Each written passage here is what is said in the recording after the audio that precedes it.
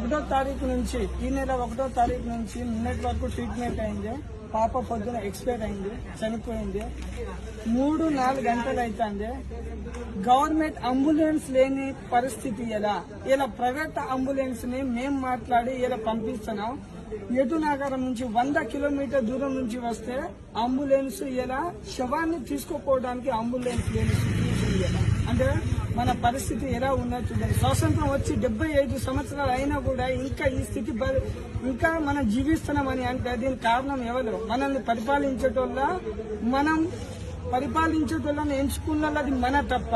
ఇలా కొంతమంది ఇలా రాజకీయ నాయకులను వీళ్ళు ఫోన్ చేస్తే చెప్పిండ్రట వాళ్ళకు రాబోయే కాలంలో సమాధానం చెప్తాం, 1 గంట తర్వాత ఫోన్ చేయండి, మేము వెహికల్ పంపిస్తాం, లేకపోతే మీరు వాట్సాప్ చేయండి, లేకపోతే ఏదైనా పంపించండి, 1 గంట తర్వాత చేస్తా అని సెల్లు స్విచ్ ఆఫ్ చేస్తున్న రాజకీయ నాయకులు ములుగు నుంచి ఇలా చేసిందట.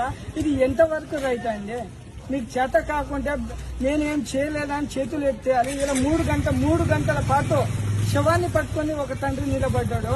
సిగ్గుండాలి. ఎలక్షన్ అప్పుడేనా గుర్తు వస్తారు వీళ్ళు. ఇటువంటి టైంలో గుర్తు రారా మీకు? ఎలక్షన్ అప్పుడైతే ఇలా 5,000 అంబులెన్స్ అవుతాను కదా, 10,000 ఇచ్చి రెడీ ఉండేటోళ్ళు. ఎందుకంటే ఓటు కావాలి. కానీ ఇప్పుడు ఎలక్షన్ 1వ తారీఖు నుంచి ఈ నెల 1వ తారీఖు నుంచి నిన్నటి వరకు ట్రీట్మెంట్ అయింది.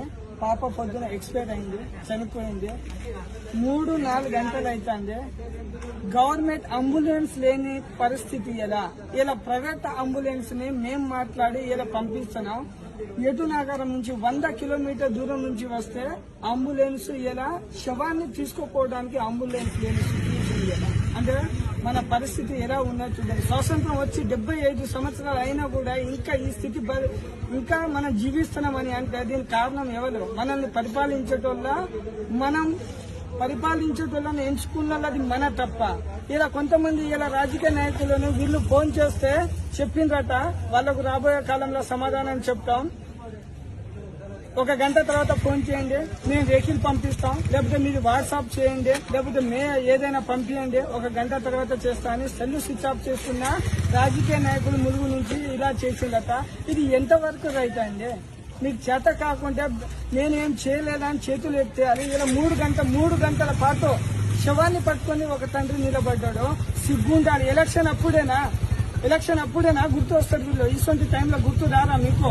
ఎలక్షన్ అప్పుడైతే ఇలా 5,000 అంబులెన్స్ అవుతాను కదా, 10,000 ఇచ్చి రెడీ ఉండేటోళ్ళు. ఎందుకంటే ఓటు కావాలి.